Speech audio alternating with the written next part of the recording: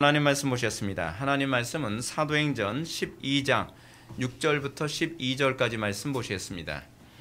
신약성경 제성경으로는 207페이지입니다. 사도행전 12장 6절부터 12절까지 말씀, 사도행전 12장 6절부터 12절까지 말씀 찾으셨으면 제가 봉독하겠습니다. 헤롯이 잡아내려고 하는 그 전날 밤에 베드로가 두 군인 틈에서 두 쇠사슬에 매어 누워 자는데 파수꾼들이 문 밖에서 옥을 지키더니 호련히 주의 사자가 나타나매 옥중에 광채가 빛나며 또 베드로의 옆구리를 쳐 깨워 이르되 급히 일어나라 하니 쇠사슬이 그 손에서 벗어지더라. 천사가 이르되 띠를 띠고 신을 신으라 하거늘 베드로가 그대로 하니 천사가 또 이르되 겉옷을 입고 따라오라 하는데 베드로가 나와서 따라갈새 천사가 하는 것이 생시인 줄 알지 못하고 환상을 보는가 하니라. 이에 첫째와 둘째 파수를 지나 시내로 통한 쇠문에 이르니 문이 저절로 열리는지라. 나와서 한 거리를 지나매 천사가 곧 떠나더라. 이에 베드로가 정신이 들어 이르되 내가 이제야 참으로 주께서 그의 천사를 보내어 나를 헤롯의 손과 유대 백성의 모든 기대에서 벗어나게 하신 줄 알겠노라 하여 깨닫고 마가라는 요한의 어머니 마리아의 집에 가니 여러 사람이 거기에 모여 기도하고 있더라. 아멘.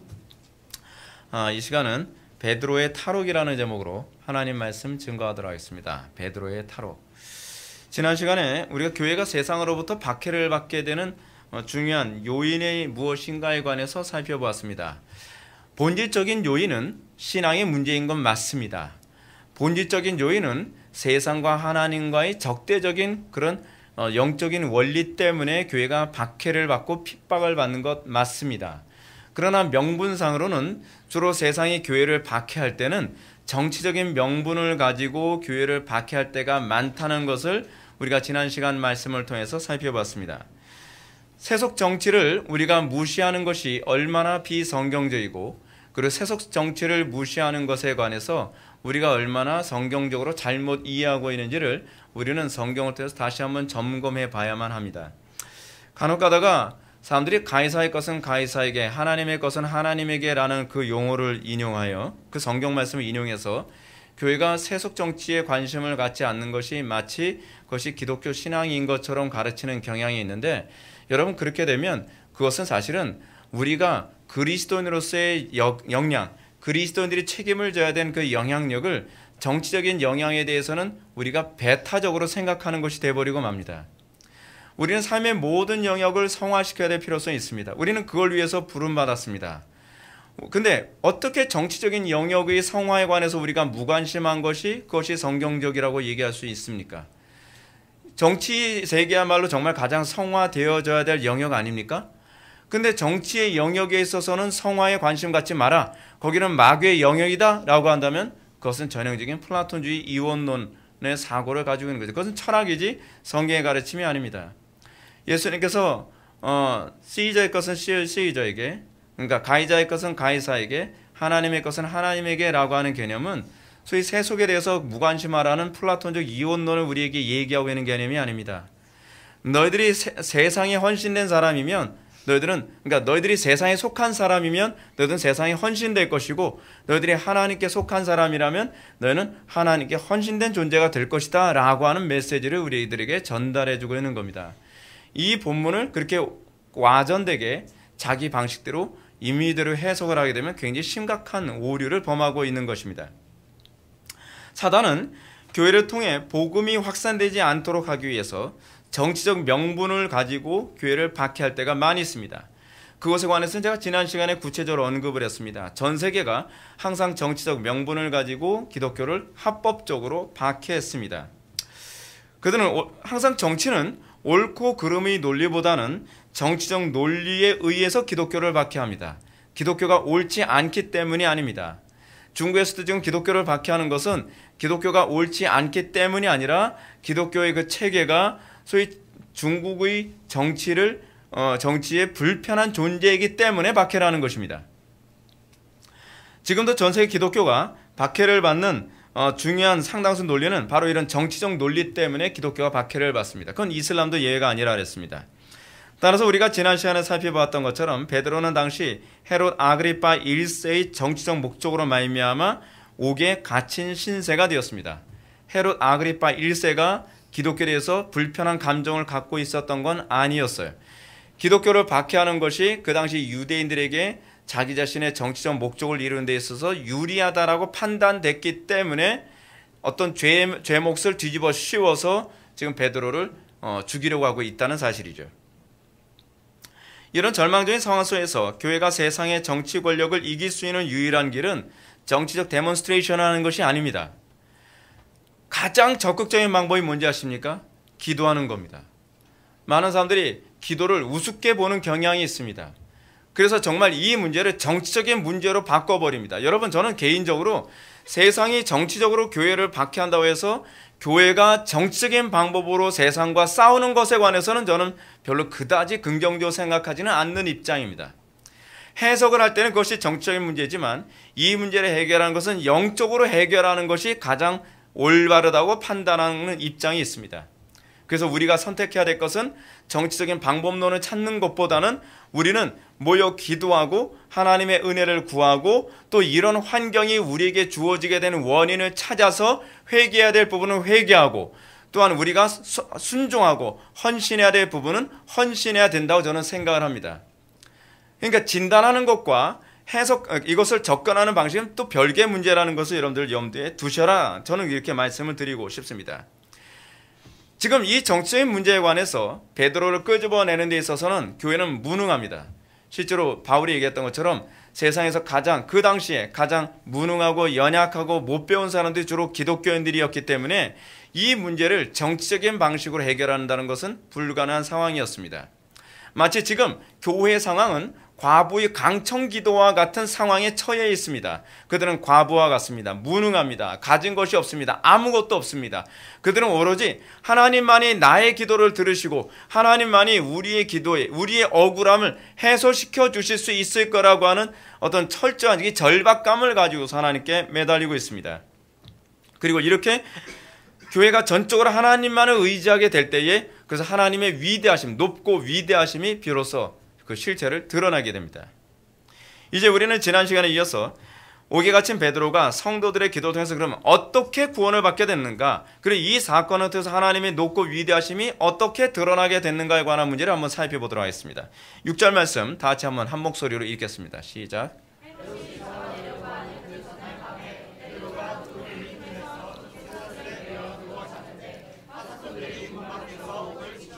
아멘. 지금 보면은 베드로가 옥에 갇히고 처형당하기 바로 전날 밤의 사건을 지금 우리들에게 보여주고 있습니다. 6절은 옥에 갇힌 베드로가 얼마나 철저한 감시를 받고 있는지를 묘사하는데 그 이유는 뭐냐면 누가가 이것을 자세하게 묘사한 이유가 있습니다. 항상 성경에서 어떤 특정한 부분을 자세하게 정밀하게 묘사를 할 때는 거기서 뭔가 얘기하고자 하는 메시지가 굉장히 선명하다고 하는 흔적을 느낄 수 있어야 돼요. 누가는 여기서 이걸 베드로가 얼마나 이 감시를 철저하게 받고 있는지를 아주 자세하게 묘사를 하고 있습니다. 어떤 상황이에요? 감옥의 상황을 보게 되면 베드로는 두 군인 틈에서 두 쇠사슬에 매여 있다고 얘기합니다. 지금 어떤 상황이냐면 제가 지난 시간에 말씀드렸던 것처럼 지금 베드로는 이중으로 지금 감시를 받고 있습니다. 보초를 지금 쓰고 있는 거예요. 근데 이중으로 쓰기 위해서 베드로라고 하는 죄수가 한 명이 있으면 양쪽에 두 명의 병사들이 손목이나 발목에, 그러니까 뒷절을 보게 되면 손목에 묶은 게 틀림없어요. 양쪽 손목에 쇠고랑을 죄수들과 병사들이 같이 이렇게 차고 있는 겁니다. 그러니까 베드로가 이게 예를 들어서 얼굴 한번 긁으려 해도 이렇게 쇠사슬을 당겨야만 얼굴을 긁을 수 있고, 그래서 옆에 있는 병사가 깰 수밖에 없도록 그렇게 양쪽에 보초를 세워놓고요. 그리고 이 감옥 밖에도 두 명의 병사를 세워서 어떤 일이 있어도 도망가지 못하다는 겁니다. 이유가 뭐죠? 신출귀몰하거든요. 베드로는 한 번의 탈옥 경험이 있잖아요. 너무나 신출귀몰하게 탈옥한 것을 알고 있기 때문에 아무리 신출귀몰해도 네가 아무리 궤도 루판 같은 놈이라 한다 할지라도 나 절대로 탈옥이 안 되게 만들 거다. 뭐 이런 식으로 한 겁니다. 자, 이렇게 가지고서 4개 조로 짰습니다. 그래서 4명씩 해서 4개 조를 짜서 아침, 점심, 저녁 해가지고서 밤새도록 베드로를 이렇게 지키게 한 것입니다. 사랑하는 성도 여러분, 저는 기독교가 이렇게 절망적인 상황이 있을 때야말로 정말 그리스도를 만날 때라는 것을 여러분한테 말씀드리고 싶습니다. 여러분, 하나님께서 왜 사랑하는 백성들에게 이렇게 절망적인 상황을 허락하실까요? 우리의 인생에서 우리는 그런 때가 굉장히 많이 있습니다. 우리가 예수를 잘 믿는다고 하는데, 내가 하나님 말씀대로 산다고 하는데 왜 하나님께서는 나를 이렇게 절대절명의 절박한 상황으로 나를 몰아가시는가요? 여러분, 창세기서부터 계속 한번 살펴보십시오. 우리를 궁지에 몰아넣으시고 우리를 변한 끝으로 우리를 몰아가실 때 하나님께서는 대책 없이 몰아가시는 것이 아닙니다. 세상적인 대책을 모두 다 하나님께서 다 뺏어가셨다라고 생각하는 그때야말로 하나님만이 유일한 대책임을 우리들이 깨달아 알기를 원하시는 때입니다. 우리는 그때야말로 하나님을 만날 때이고, 우리는 그때야말로 간증이 생길 때이고, 그때야말로 하나님의 위대하심을 발견할 때라는 것을 우리는 자꾸 망각합니다. 우리는 절박한 그 상황에서 오히려 야곱이 천사를 만나고 천사와 씨름했고, 그리고 천사가 사다리를 오르락내리락하는 소위 복음의 그 예표를 보게 되어진 사건이 다 그때 일어났다는 거 여러분 기억하고 있지 않습니까? 성경에 나오는 수많은 인물들은 바로 절망스러운 그 순간에서 하나님을 만나고, 그리고 여호와 이레, 여호와 라파, 여호와 샬롬 같은 소위 여호와라고 하는 호칭과 같이 딸려오는 그런 신앙 고백이 그때 비로소 나타나게 됐습니다. 여러분, 지금 베드로는 그 심각한 상황에 있습니다. 그리고 절망적인 상황에서 비로소 기독교의 진가가 드러날 때가 되어 있습니다. 기독교는 항상 절망적인 상황에서 그 진가가 드러납니다. 여러분들 신앙생활에서 어떻습니까? 여러분들 신앙생활에서 그 절망스러운 상황에서 기독교 신앙의 진가를 여러분 맛본 적이 있습니까? 그리고 계속적으로 여러분 그 진가를 맛보고 있고 그것을 통해서 하나님을 간증하게 됩니까? 저는 여러분들이 항상 그 간증이 있기를 원합니다. 우리 기독교 신앙은 그런 신앙이었습니다. 100년 전에 우리나라에 기독교가 들어왔을 때 우리의 신앙의 선배들은 절망스러운 상황에서 주님을 만났고, 그리고 그 절망스러운 상황 때문에 오히려 믿음이 더 성장했고, 그리고 절망스러운 상황 때문에 하나님의 높고 위대하심을 찬송할 수 있는 기회로 삼았습니다.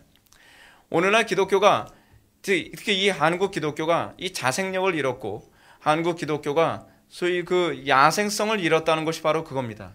위기 때 세상 사람들하고 똑같이 위기에 처해서 절망합니다. 아니에요. 그 위기 때 타협하라고 위기에 주신 것이 아니라 그 위기 때 하나님을 만나는 기회로 삼으라고 우리들에게 위기를 주신 겁니다. 근데 우리는 그 위기 때 타협을 합니다. 우리는 그 위기 때에 우리는 자꾸 뭐라 하죠? 어쩔 수 없었어요 라고 해요. 사드라메사 아벳노고가 푸른 뿔에서 주님을 만나게 된 것은 그 푸른 뿔이라는 그 위기였기 때문에 만난 겁니다. 그 이전에는 주님을 만난 적이 없어요. 여러분들은 신앙생활이 무조건 편안하게 사는 게 신앙생활이라고 생각하는 경향이 많이 있죠.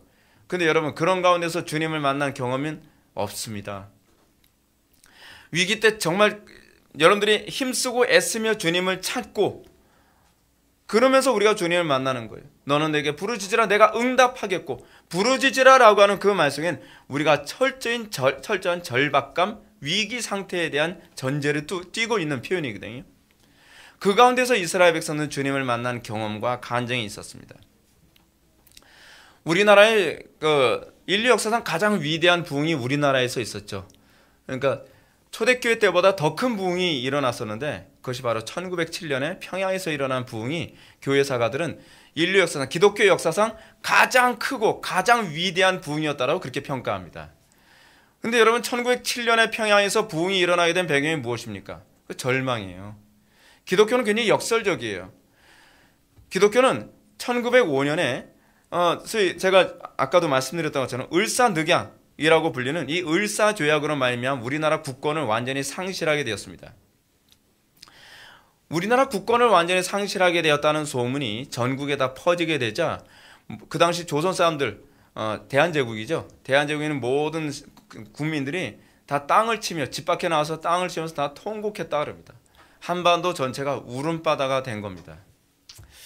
근데 이렇게 절망적이고 이게 절박한 상황이 어디로 갔냐 하면 1년이 지나서 1907년 1월 달에 이제 길선주 목사님이 복음을 전하고, 그리고 그 복음에 대해서 반응하는 사람들은 그래, 우리는 그리스도 밖에는 붙들 것이 없구나 라고 하는 것을 이제 공감하게 됩니다.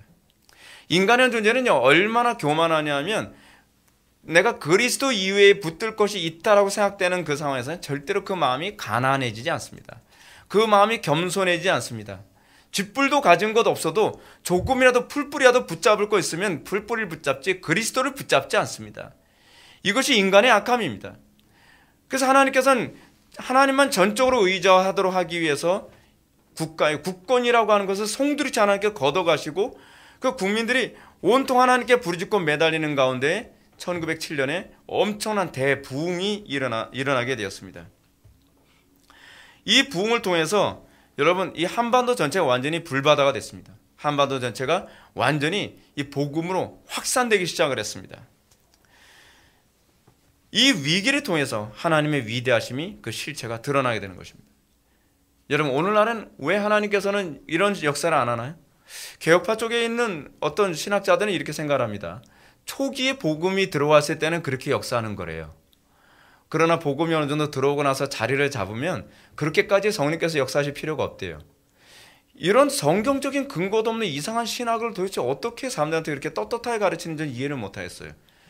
그러면 여러분 18세기 영국의 부흥은 어떻게 설명할 겁니까?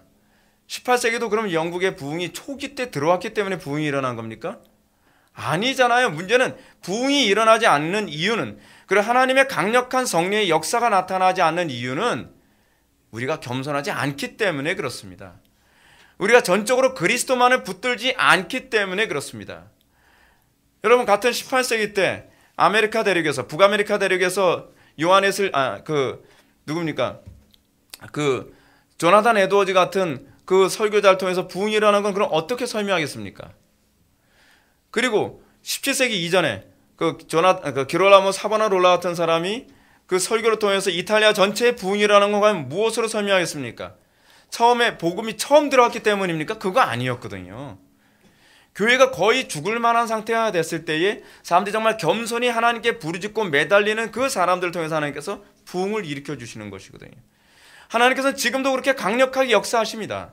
문제는 뭐냐 하면 마치 이 부분을 잘 설명해 주는 것이 뭐냐 하면 예수님께서 고향에 갔더니 거기 역사가 안 나타나는 거예요. 기적이 안 나타나는 거예요. 이유가 뭐죠? 예수님이 그 고향 사람이라고 동네 사람들이 예수님을 믿지 않기 때문에 그런 거라는 거죠.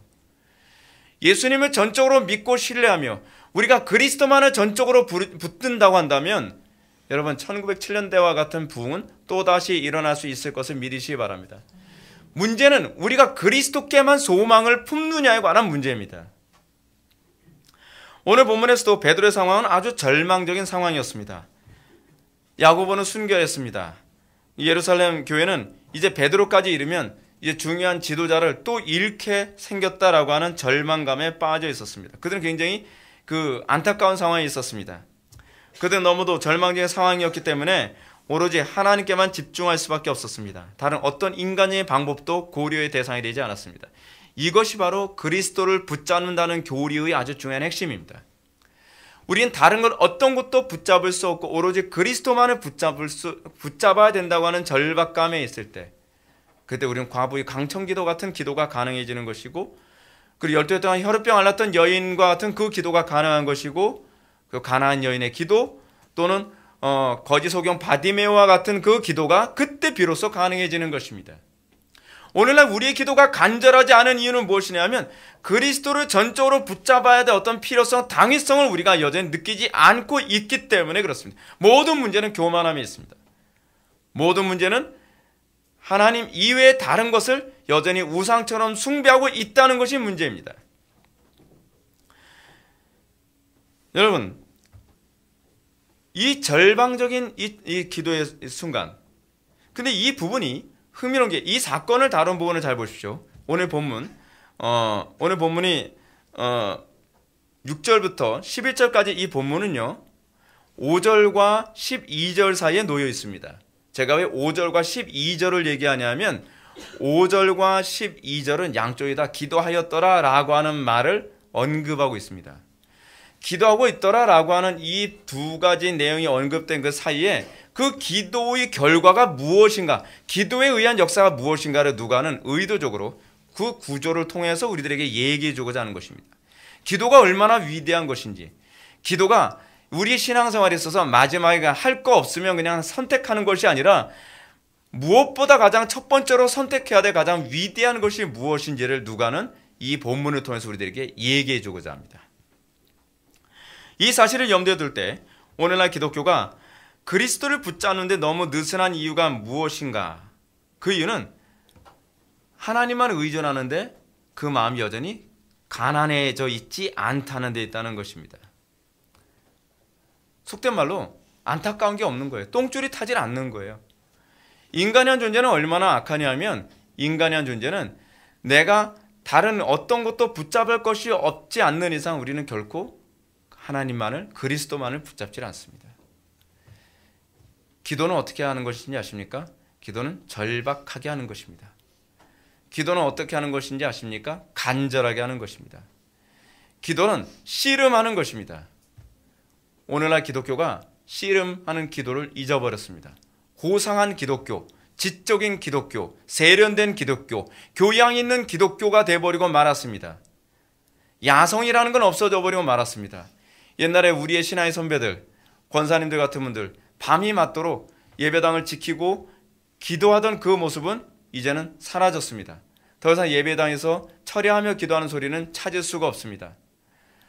더 이상 사람들은 시간을 습관적으로 기도하는 것도 이제는 찾을 수가 없습니다. 기도는 몇몇 광신자들의 어떤 행위인 것처럼 취급돼 버리고 말았습니다. 소리내서 기도하면 이젠 천대를 받습니다. 하나님이 귀가 먹었냐? 왜 소리를 지르고 난리냐? 라고 얘기합니다. 여러분, 하나님이 귀가 먹어서 소리 지르는 게 아니잖아요. 바디메오가 여러분 예수님이 귀가 먹었다고 생각해서 소리 지른 거 아니잖아요. 왜 소리 지르면서 예수님을 주의 이름을 불렀겠냔 말이에요. 안타까우니까, 간절하니까. 여러분, 소리 지르는 거 좋아하는 사람은 어디 있습니까? 저도 소리 안 내고 기도하면 좋습니다. 성대 안 상하죠. 그리고 힘 안 들죠. 얼마나 좋습니까? 애간장 타니까 간절하니까 부르짖고 기도하는 거예요. 근데 언제부턴가 기독교가 자꾸 세련된 기독교, 교양이 있는 기독교, 그리고 지적인 기독교, 그런 기독교처럼 돼버리고 말았어요. 오늘날 기독교를, 소위 그리스도를 붙잡는 교리가 무엇인지 모르니까 뭐 아는 건 많은 것 같은데 신앙의 성장은 없는 것이 오늘날 기독교의 모습이죠. 뭔가 세련된 것 같은데 아무것도 없는 빈껍데기 같은 기독교가 돼버리고 말았죠. 교양만 잘잘 흘러요. 근데 그 안에 진정한 겸손이란 없어요. 교양을 가장한 교만이 가득하고 교양을 가장한 오만함이 그 안에 가득하죠. 그래서 더 역겹죠. 이것이 오늘날 기독교의 아주 역겨운 모습이 돼버리고 말았죠. 반성할 줄 모릅니다. 그러나 더 답답한 사실은 우리가 이렇게 전적으로 그리스도만 붙잡지 않고 인위적인 방법을 사용하여 적당히 타협하는 것이 너무나 익숙해져 있고, 그리고 적당히 타협하는 것을 신앙처럼 간증하고 있다는 것이 문제입니다. 사람들이 이렇게 얘기합니다. 사람들 앞에서 이런 식으로 포장을 하죠. 불신 배우자를 예수 믿게 하기 위해서 어쩔 수 없어서 나는 주일 예배를 한두 번씩 빠졌다. 남편하고 가까운 놀러도 가지고 남편 비유도 맞추면서, 그러면서 결국 남편 전도해서 예배당에 앉혔다는 거예요. 그러면서 이것이 신앙의 승리인 것처럼 얘기합니다. 신앙의 승리일까요? 여러분, 그렇게 해서 그 예배당에 온 사람들 치고 신앙 제대로 들어간 사람 저는 아직까지 본 적이 없습니다. 오히려 같이 신앙생활 하면서 뭐라 그래요? 야, 너 나하고 나 교회 나오기 전에 내가 놀러 가자고 한두 번씩 놀러 가자는데 내가 교회 나오고 나니까 왜 놀러 가면 안 된다 그래? 넌 일관성이 없는 소리 하고 있어 라고 얘기하면 할 말이 없는 거예요. 그렇죠? 우리의 신앙의 선배들은 가족들 전도를 어떻게 했는지 아십니까? 매 맞아가면서 시집을 왔는데 남편도 예수 안 믿고, 그리고 시집 식구들도 아무도 예수를 안 믿는데 매 맞아가면서 때로는 머리끄댕이 쥐어 뜯겨가면서, 그리고 고통받아가면서 괴로움 당해가면서 멸시천대 받아가면서, 그러는 가운데 믿음 지켜가면서 부르짖고 기도하면서 새벽 기도해 가면서 하나님께 매달려가면서, 그러면서 온 가족이 예수 믿게 된, 여러분 그게 진짜 간증 아닙니까? 적당히 타협해가면서 남편을 설득해가지고 그 다음에 예배당에 앉혔다. 그래서 뭐 그 세례까지 받게 했다. 그러면서 간증을 합니다. 그럼 많은 사람들은 예수 믿는 거 저렇게 믿는 건가 보구나, 그렇게 생각합니다. 가짜죠. 가짜. 거기에 어떻게 그리스도를 붙잡음이라는 것을 그 사람이 알긴 하겠습니까? 혹은 직장에서 불신자들과 구별됨 없이 적당히 술 한 잔씩 해주고, 적당히 담배 한 대씩 피워주고, 적당히 그들 분위기 맞춰가면서 음란패설도 같이 해줘가면서, 그러면서 한 명씩 전도했다. 그러면서 내가 성공했다. 그러면서 내가 출세했다. 이걸 간증이라고 합니까? 또 그런 사람들을 간증으로 세우는 교회는 도대체 뭔지 모르겠습니다. 대학 입시 앞두고 나서 주일 성수 적당히 타협해가지고 좋은 대학 갔다? 여러분, 그게 간증거리가 아니라요, 주일 성수 정확하게 하다가 대학 떨어진 게 간증거리입니다. 이게 간증이지. 그렇잖아요. 근데 우리는 적당히 타협해가면서 신앙생활 대충 해가지고서 서울대학 들어갔다고 그거를 간증거리로 얘기하고 있어요. 그러니까 한국교회가 수준이 점점 낮아지는 거예요. 저질이 되는 거죠. 그리고 사람들은 그런 소리 들으면서 은혜 받았대요. 은혜 받았대. 도대체 뭐가 은혜입니까? 여러분, 우리는 이런 사람들에게서 하나님의 탁월함이 드러나고 있는지 생각해 봐야만 합니다. 결과 가지고 여러분 생각하지 마세요. 좋은 결과가 있으니까 올바른 신앙이었다라고 생각하지 마십시오. 그런 식으로 하면요, 온갖 쓰레기 같은 방법을 사용해서 수만 명으로 예배당 불 끄는 것도 여러분, 그걸 성리의 역사를 자꾸 주장하게 돼요. 그런 사람들 되게 많거든요. 그걸 성리의 역사래요. 여러분, 이단도 여러분 그렇게 사람들 긁어 모아요. 그걸 성리의 역사로 생각하면 안 돼요. 그것이 올바랐기 때문에 모인 것이 아니라 올바르지 않음에도 불구하고 모인 것이 위기라는 거예요. 우리나라는 지금 올바르지 않은 방법으로도 마치 우리나라 속담에 있는 것처럼, 우리나라는 어떻죠? 우리나라 속담이요? 뭐로 가도 서울만 가면 된다. 이것이 우리나라 사람들을 대표하는 전형적인 사고방식이에요. 서울만 가면 되는 게 아니에요. 서울을 어떻게 갖느냐가 중요한 거예요. 근데 우리는 어떻게 갖느냐, 소위 하우에 대해서는 묻지 마요. 그렇죠? 서울에 갔으니까 묻지 마요. 묻지 마. 어떻게 갔냐는 묻지 마. 중요한 건 내가 서울에 갔다는 거야. 내가 서울대학에 들어갔다는 게 중요한 것이지 어떻게 들어갔냐는 건 묻지 마요. 이걸 간증이라고 생각하는 거예요. 여러분, 신자란 무엇입니까? 신자란 성공을 위해서 부름받은 존재가 아닙니다. 이걸 기억하셔야 돼요. 신자됨에 대해서 우리가 다시 우리가 정리해야 되는 것이 뭐냐면, 신자는 성공을 위해서 존재하는 것이 아니라 그리스도를 드러내기 위해서 존재한 겁니다. 하나님의 영광을 나타내기 위해서. 때로는 하나님의 영광을 나타내는 것이 풀불 안에 들어갔을 때에 거기서 살아서 돌아오는 것이 하나님의 영광을 나타내는 것일 수 있지만, 때로는 우리가 하나님 말씀대로 살아서 죽는 것이 하나님의 영광을 나타내는 것일 수도 있어요. 때로는 성경적으로 목회를 해서 교회가 성장하는 것이 하나님의 영광을 나타내는 것일 수도 있지만, 때로는 성경적으로 목회를 해서 교회가 망하는 것이 하나님의 영광을 나타내는 것일 수도 있단 말이에요. 중요한 건 내가 서울에 갔느냐가 아니라 중요한 건 내가 하나님의 영광을 나타내느냐, 내가 하나님을 영화롭게 했느냐, 내가 하나님의 이름을 높이고 있느냐가 중요한 문제인 거예요. 본질이 그거예요. 그것이 신자됨의 본질이에요. 하나님께서는 이 목적을 이루시기 위해서 우리를 창조한 방식부터가 하나님의 형상대로 창조하신 거예요. 왜요? 하나님의 형상을 드러내기 위해서 우리 창조하셨으니까요. 그렇기 때문에 인간이 타락하고 난 이후에 우리를 구원하시는 방식도 하나님의 형상의 회복을 통해서 우리를 구원하시는 거예요. 그렇기 때문에 우리를 새로운 피조물이라고 얘기하잖아요. 하나님의 영광을 드러내는 데 관심이 없다면 새로운 피조물이 안 된 거죠. 인간의 타락의 문제가 뭔데요? 하나님의 영광을 나타내는데 부족하게 되었다는 거거든요. 우리를 구원하신 목적이 무엇인데요? 하나님의 영광을 나타내는 기능을 만들겠다는 거거든요. 그것이 재창조거든요. 처음 창조와 재창조의 공통점은 하나님의 형상이에요. 하나님의 형상. 그렇기 때문에 여러분, 하나님께서 하나님의 백성들을 심판하시거나 징계하시는 이유가 뭔지 아세요? 다 하나님의 영광을 드러내지 않은 것 때문에 징계를 하는 거예요. 이거 잘 들어보세요. 한번 보시면 똑같습니다. 하나님께서 죄를 범했다는 것, 단순히 죄라는 것 때문이 아니라 어떤 도덕성에 관한 문제 때문이 아니라 그것이 하나님의 형상을 훼손했기 때문이에요. 우상숭배도 그거 같은 죄목이에요. 사실은 같은 죄목에다 걸리는 거예요. 또 단편에 이걸 예를 든다면, 다윗이 우리아의 아내 밧세바를 범했습니다. 근데 이 죄목을 뭐라고 얘기하냐면, 선지자가 이렇게 얘기합니다. 이로 말미암아 여호와의 원수가 크게 비방할 거리를 얻게 되었나이다. 살인죄라든지 간음죄라든지 그렇게 얘기를 안 해요. 선지자가 하나님의 영광을 당신이 훼손했습니다예요. 그것이 다윗의 죄목이에요. 또 아사 왕이 위독한 병에 걸렸을 때 그쵸? 유독한 병에 걸렸을 때 하나님을 의지하지 않고 의사를 의지했어요. 그래서 하나님께 징계를 받는데 이렇게 얘기합니다. 이는 그가 여호와께 구하지 아니하고 의원들에게 구하였다 함이라 라고 얘기합니다. 여러분, 이 얘기는 여러분들 의사한테 가지 말라는 얘기가 아니에요.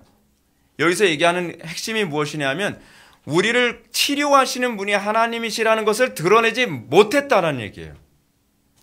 여러분들은 반드시 병에 걸렸을 때 의사한테 가는 게 상식적이고 정상적인 겁니다. 왜냐하면 그것은 하나님께서 우리에게 주신 일반 은총이기 때문에 그래요. 그러나 우리를 치료하시는 분이 하나님이시라는 것을 인정하지 않는 것을 불신이라고 규정하는 거예요. 왜냐하면 그 아픈 것을 통해서도, 이 치료의 과정을 통해서도 하나님께서는 하나님의 영광, 치료하시는 하나님이시라고 하는 이 영광을 드러내길 원하시는 거죠. 근데 아사 왕은 이걸 드러내질 않았다는 것 때문에 하나님께 심판을 받은 겁니다. 결국 하나님께 심판하시는 가장 중요한 핵심 원리는 뭐죠? 하나님의 영광을 우리가 드러내지 않았다는 거예요. 하나님을 믿지 않는 불신자들의 심판의 원인이 뭐예요? 그들은 하나님의 영광을 한 번도 드러낸 적이 없는 거예요. 예수를 믿고 나서 우리에게 나타나고 우리에게 기대하는 것이 뭐예요? 하나님의 영광을 나타내는 거예요. 우리 교회를 통해서 우리가 목표로 한 바가 뭔지 아세요? 한 명이라도 천국 보내는 게 아니에요. 하나님의 영광을 똑똑히 보여주는 거예요. 비저블 세인츠, 눈에 똑똑히 보이는 크리스찬. 청교도들이 그래서 그들이 꿈꿨던 교회가 뭐예요? 언덕 위의 교회잖아요. 언덕 위의 교회. 언덕 위의 교회는 뭐예요? 이게 마태복음 5장에 나오는 얘기잖아요. 산 위에 있는 동네가 숨겨지지 않을 거예요. 눈에 똑똑히 보이는 크리스찬. 세상의 모든 사람들이 교회를 봤을 때에 하나님의 영광을 보고 하나님을 찬미하게 만드는 것이 바로 청교도들이 꿈꿨던 교회예요. 얼마나 많은 사람들이 모이냐가 아니라 얼마나 하나님의 영광이 선명히 나타나는 교회가 되느냐, 여기에 관심을 가져야 된다는 거예요. 여기에. 여러분은 구약이나 신약에서 하나님의 선택의 목적이 무엇인지 잘 기억을 해야만 합니다. 이렇게 얘기했어요. 내 이름을 두려고 택한 곳이라고 얘기하고 있어요. 내 이름을 두려고 택한 곳. 내 이름을 두려고 택한 곳. 다양하게 적용 가능하죠. 원래 이 내 이름을 두려고 택한 곳이라고 하는 이 말은 성전에다 두고 하는 소리예요. 근데 이 성전이 또 누구예요? 교회잖아요. 그리고 그 교회가 누구예요? 바로 우리잖아요. 우리는 어떤 존재예요? 주님의 이름을 드러내려고 우리를 택한 존재라는 거예요. 그렇기 때문에 웨스트민스터 소개문답 제1문, 요즘 웨스트민스터 우리 소개문답 배우지 않습니까? 웨스트민스터 소개문답 제1문이 뭐예요? 사람의 제의되는 목적이 뭐라고요? 하나님을 영화롭게 하는 것과 영원토록 그를 즐거워하는 것. 하나님을 영화롭게 하는 것과 영원토록 그를 즐거워한다는 것은 뭘 얘기하는 것이죠? 하나님의 이름 드러내는 것, 하나님의 영광 드러내는 것, 하나님의 거룩하신 이름을 드러낸다는 건 뭘 얘기하죠? 하나님의 구별된 속성을 만방에 드러내는 거예요. 하나님만 하실 수 있는, 하나님만이 이 모든 것의 주관자라는 것, 이것을 우리가 드러내는 거예요. 우리 이것 때문에 예수 믿은 거예요. 이것 때문에 우리가 구원받은 거예요. 우리가 이거 드러내는 데 관심이 없고 예수 믿고 천당 가고 잘 먹고 잘 사는 데만 관심을 갖는다고 한다면 저는 아직 예수 믿는 게 뭔지를 모르고 있는 거예요. 신앙의 ABC도 모르고 있는 거죠. 이건요. 그래서 바울의 가르침처럼 우리는 먹든지 마시든지 무엇을 하든지 하나님의 영광 위에 살아야 되죠. 뭐예요? 우리는 삶의 모든 영역에서 하나님의 이름이 드러나게 하는 데 관심을 가지면서 살아야 된다는 얘기입니다. 다시 본문으로 돌아갑시다. 우리가 앞에서 살펴보았던 것처럼 베드로는 인간의 관점에서 볼 때 도무지 구원받을 가능성이 없는 상황 속에 있었습니다. 그렇죠? 왜? 이 상황이 있을 때 비로소 하나님의 위대하심이 드러나기 때문에 그래요. 그렇죠? 하나님의 이름이 드러나요. 하나님의 구별된 속성, 하나님만이 구원하실 수 있는 분이라는 속성이 드러나죠. 여러분, 하나님께서 왜 극악무도한 잔인한 사람들, 그 끔찍한 사람 구원하시죠? 하나님이 위대하심을 드러내기 위해서 그래요. 저 사람은 안 될 거다라고 한 사람을 구원하심으로 하나님의 전능하심이 드러나는 거죠. 그렇죠? 7절부터 10절 말씀을 보시겠습니다. 호련히 주의 사자가 나타나며 옥중에 광채가 빛나며 또 베드로의 옆구리를 쳐 깨워 이르되 급히 일어나라 하니 쇠사슬이 그 손에서 벗어지더라. 천사가 이르되 띠를 띠고 신을 신으라 하거늘 베드로가 그대로 하니 천사가 또 이르되 겉옷을 띠고 따라오라 한데 베드로가 나와서 따라갈새 천사가 하는 것이 생시인 줄 알지 못하고 환상을 보는가 하니라. 이에 첫째와 둘째 파수를 지나 시내로 통한 쇠문에 이르니 문이 저절로 열리는지라. 나와서 한 거리를 지나매 천사가 곧 떠나더라. 아멘. 우리는 인간이 아무것도 할 수 없는 그때야말로 하나님께서 일하실 수 있는 최적의 상황이라는 것을 우리는 기억해야만 합니다. 신앙생활이라고 하는 것은 하나님을 드러내는 것이라고 제가 말씀드렸습니다. 하나님은 교회가 아무것도 할 수 없는 상황에서 오로지 하나님만 바라볼 때 비로소 하나님의 영광이 선명하게 드러나는 것입니다. 마치 어두울수록 그 등불의 그 등대의 등불이 더 선명하게 빛을 발하는 것처럼 하나님께서는 그것을 통해서 오히려 하나님의 영광을 더 선명하게 드러내는 기회로 삼습니다. 본절에 보면 하나님의 사자가 호련히 나타나서 베드로의 옆구리를 쳐서 깨워 감옥에서 구출하셨다라고 얘기합니다. 주의 천사가 베드로를 깨우고 일으키자 놀랍게도 쇠사슬이 손에서 벗어졌습니다. 여러분, 이거 지금도 일어날 수 있다고 믿습니까? 일어날 수 있습니다. 이걸 그때는 가능하지만 지금 아니다라고 만약에 개혁파 신학을 배운 사람이 이렇게 얘기한다면 그 사람은 오히려 이성주의에 빠져 있는 것입니다. 하나님께서 원하신다면 지금도 가능하다고 저는 믿습니다. 물론 이런 일이 벌어지고 있을 때 베드로와 쇠사슬을 같이 차고 있었던 병사들은 전혀 의식을 하지 못했습니다. 베드로만 의식을 했습니다. 또 문이 열렸습니다. 문이 열리는데 놀랍게도 문이 열리는 상태에서는 의식이 있는 상태에서 병사들이 지키고 있었거든요. 문 앞에서. 근데 그 병사들도 의식을 못했다는 것이 놀랍습니다. 어떻게 의식을 못할 수 있을까요? 그건 하나님만 아시죠. 근데 이런 일이 썬다싱한테도 실제로 일어났었대요. 이거는 옛날에만 있었던 것이 아니라 썬다싱이라는 사람이 실제로 그런 일을 경험했었다고 얘기합니다. 썬다싱이 붙잡혀가지고서 지하에 시체들이 있고 막 뼈가 있고 살이 막 흩어져 있는 곳에 썬다싱을 이렇게 가둬놓은 적이 있었거든요. 근데 그래서 뚜껑을 덮어놔 버렸는데 썬다싱이 거기서 죽기를 바란 거죠. 또 썬다싱은 거기서 기도만 하고 있었는데 갑자기 누가 뚜껑을 열어가지고 줄을 내려주더래요. 근데 썬다싱이 한쪽 팔을 다친 상태다 보니까 한쪽 다리를 거기다 걸고서 끄집어서 올라와서 다시 자기가 원래 가르치던 데 가서 설교를 하고 있었는데 사람들이 어떻게 저 사람이 빠져나오는지 아무도 모른다는 거예요. 왜냐하면 아무도 뚜껑을 연 사람이 없거든요. 아무도 뚜껑을 연 사람이 없는 이유가 뭐냐면 그 뚜껑을 여는 열쇠를 그 썬다싱 박해하는 사람이 갖고 있는데 이걸 꺼낸 적이 없는 거예요. 예나 지금이나 그에도 동일하게 일어날 수 있다는 걸 믿으시기 바랍니다. 중요한 건 하나님이 하시고자 하면 일어나는 거예요. 근데 우리가 하나님을 의도할 수는 없습니다. 하나님에게 그것을 강요할 수는 없습니다. 그러나 하나님께서 뜻하신다면 하나님께서는 지금도 그 일을 하실 수 있다는 걸 믿으시기 바랍니다. 흥미로운 점은 베드로가 이렇게 절박한 상황 속에서도 깊은 잠에 빠져 있었다는 사실이죠. 근데 이 부분은 7절에서 베드로가 이렇게 옆구리를 쳐야만 깨어난 이 상황에 관해서 학자들 간의 견해가 좀 약간 다릅니다. 대부분 이제 전통적인 학자들은 이 부분에 관해서 아무런 언급을 안 하는데 어떤 주석에서는 베드로가 얼마나 믿음이 좋았으면 마음이 평안한 상태에서 그 상황에서도 내일 죽는 그 날까지도 잠을 잘 수 있었다. 그래서 저는 이거 좀 오버 해석이라고 저는 생각이 들어요. 저는 본문을 가만히 보면 저는 정반대로 생각을 했습니다. 누가의 의도와 관련해서 봤을 때 베드로가 얼마나 절망적인 상태에 있었는가를 오히려 볼 수 있다고 저는 생각을 해요. 여러분 어떻습니까? 여러분들 절망적인 상황에 있으면 잠을 자게 됩니까? 아니면 깨어있게 됩니까?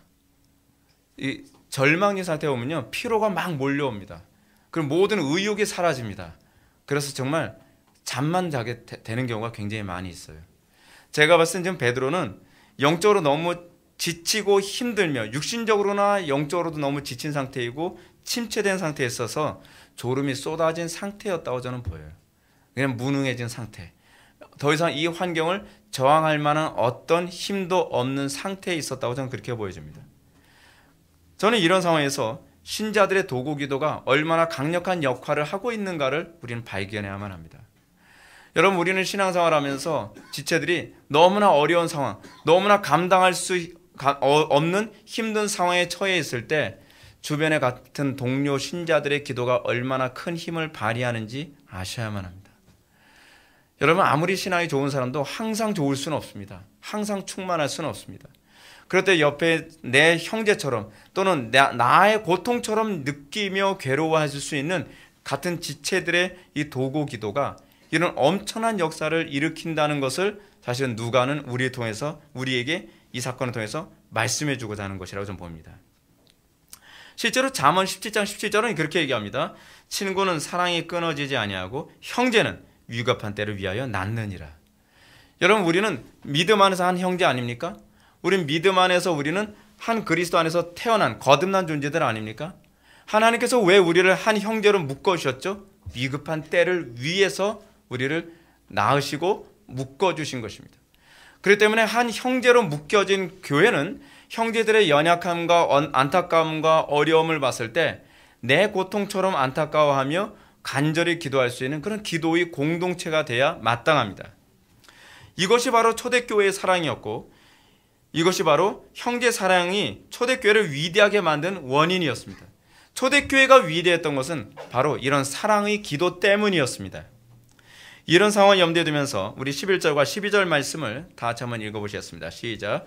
이에 베드로가 정신이 들어 이르되 내가 이제야 참으로 주께서 그의 천사를 보내어 나를 헤롯의 손과 유대 백성의 모든 기대에서 벗어나게 하신 줄을 알겠노라 하여 깨닫고 마가라 하는 요한의 어머니 마리아의 집에 가니 여러 사람이 거기에 모여 기도하고 있더라. 아멘. 본제에서 우리는 누가가 말하고자 하는 의도가 무엇인지 생각해 볼 필요성이 있죠. 누가는 이 놀라운 기적이 일어나는 가운데서도 베드로가 아무런 의식이 없었다는 것을 통해서 베드로가 이 문제를 해결하는데 아무런 이 영향을 끼치지 않았다는 것을 우리들에게 보여주고 있습니다. 이것은 전적으로 하나님의 역사였음을 보여줍니다. 그런데 이 전적인 하나님의 역사의 배경엔 뭐가 있습니까? 교회의 기도가 있었다는 것을 얘기해 주고 있습니다. 이 나라 한국교회, 여러분 지금 심각한 상황이 있습니다. 우리는 어떻게 해야만 합니까? 우리는 기도에 전혀 힘써야만 합니다. 베드로는 전혀 탈옥할 수 있는 상황이 전혀 못 됐습니다. 그런 상황에서 베드로가 그 사명을 계속 유지하고 탈옥할 수 있었던 것은 형제들이 사랑으로 내 아픔처럼 여기며 기도하는 그 기도가 이 초대교회의 역사를 계속 움직여져 나간 겁니다. 누가복음의 아주 중요한 핵심이 뭐냐면 다른 복음서보다 누가는 유난히 기도에 대해서 많이 언급하고 있다는 것입니다. 누가는 사도행전에서 특히 이 부분을 많이 강조하는데 하나님께서는 이 교회의 역사를 움직이는 방식이 바로 기도라는 것을 우리들에게 가르치고 있습니다. 여러분들 기도를 모르면, 여러분들 기도다운 기도를 아직 모른다고 한다면 여러분은 아직 신자됨이 뭔지 잘 모르는 겁니다. 저는 안타까운 게 그거예요. 오늘날 교리 많이 가르친다는 교회들이 기도가 뭔지도 모르면서 교리를 많이 가르친다? 그러니까 어떤 현상이 나타나죠? 기도는 안 하고 교리만 많이 배우니까 이 물건이 어디에 쓰는 물건이뇨? 이런 소리가 나오는 거예요. 교리는 많이 알고 있는데 이 교리를 어디다 어떻게 써먹는 건지를 모르는 거예요. 이런 현상이 나타나는 거죠. 왜냐하면 그 교리를 쓰시는 분은 성령님이시지 우리가 아니거든요. 초대교회의 위대함은 바로 거기에 있습니다. 여러분, 제가 볼 때 누가는 베드로가 탈옥을 한 후에 마가라는 요한의 어머니 마리아의 집에 사람들이 모여 기도하는 사실을 이 누가가 언급합니다. 왜 이걸 언급할까요? 이것은 초대교회 역사가 바로 기도에 있었다는 것을 강조하기 위한 것입니다. 사랑하는 성도 여러분, 저는 오늘 한국교회가 다시 일어나려면 1907년 평양 대붕 때와 같은 기도 운동이 다시 일어나야 된다고 생각합니다. 기도 외에는 이런 이유가 나갈 수 없습니다. 기도 외에는 소망이 없습니다. 기도하지 않는 민족은 망합니다. 교리 많이 한다고 해결되는 거 아닙니다. 제가 개혁파 목사지만, 개혁파를 추구하는 목사지만 제가 왜 교리보다 자꾸 기도를 많이 강조하는지 아십니까? 교리가 그 위대함을 뿜어내려면 기도라고 하는 하나님의 은혜의 방편이 반드시 같이 있어야 되기 때문에 그렇습니다. 기도라는 은혜의 방편을 제대로 사용하지 못하는 상태에서 이 교리는 마치 아무런 운동도 하지 않은 사람이 강력한 칼을 들고 있는 것과 별반 차이가 없습니다. 아니 여러분, 좋은 칼 들고 있다고 해서 적들을 다 이길 수 있나요? 좋은 칼을 사용할 수 있는 기능, 힘이 있어야 될 게 아니에요. 근데 이게 지금 한국교회의 모습인 거예요. 한쪽에서는 기도는 많이 하는데 기도를 잘못 기도하고 있다든지, 한쪽은 기도는 안 하고 교리만 열심히 가르치고 있다든지, 그래서 마치 교리만 많이 배우면 교회가 개혁되고 부흥되는 것처럼. 그런가요? 교회 부흥이, 교회 개혁이 여러분 교리 운동이었습니까? 기도 운동이었습니까? 저는 기도와 교리 운동이었다고 봅니다. 기도를 빼먹으면 종교개혁의 정신에서 위배되는 겁니다. 우리 개혁자들이 얼마나 기도를 많이 했는데요. 우리 개혁자들이 잘만 가르친 사람들이 아니라 엄청나게 기도를 많이 한 사람들이었고, 그 많은 기도와 아울러서 교리를 가르쳤을 때에 종교개혁이라고 하는 위대한 역사가 일어났고, 그리고 조지 필드 같은 사람들을 통한 영적 대각성과 부흥 역사가 그렇게 일어났고, 또 조나단 에드워즈 같은 사람들의 놀라운 부흥 역사가 그렇게 일어난 겁니다. 신앙생활에서 왜 우리는 한쪽을 무시하는 것을 당연하게 생각할까요? 우리는 왜 신앙생활하면서 내가 교리를 많이 알고 많이 가르치기 때문에 당연히 기도는 적게 해도 된다고 하는 논리가 어떻게 가능할 수 있을까요? 그건 성경적이질 않아요. 하나님 앞에서 절대로 칭찬받을 수 있는 부분이 아닙니다. 교리는 당연히 중요합니다. 성경에 대한 이해 정말 중요합니다. 그러나 초대교회를 위대하게 만든 건 기도라는 것을 기억하셔야만 합니다. 사랑의 기도, 형제를 내 몸처럼 사랑하는 그 사랑의 기도, 그리고 하나님의 영광을 어떻게 하든지 더 드러내고자 하는 그 뜨거운 사랑의 기도, 이것을 통해서 기독교는 새로운 페이지에 새로운 역사를 기록했다는 것을 기억하시기 바랍니다. 기도하시겠습니다. 사랑이 많으신 하나님, 한국교회가 정말 간절한 기도를 다시 회복하기를 원합니다. 한국교회가 정말 그리스도만을 철저히 붙드는 그 기도의 그 영광을 다시 만끽할 수 있기를 원합니다. 더 늦기 전에 우리가 하나님께 간절히 매달리게 하여 주시고, 더 늦기 전에 그리스도를 온전히 붙잡음으로 하나님의 영광이 다시 한국교회에서 선명하게 똑똑히 드러나게 하여 주옵소서. 예수님의 거룩하신 이름으로 기도하옵나이다. 아멘.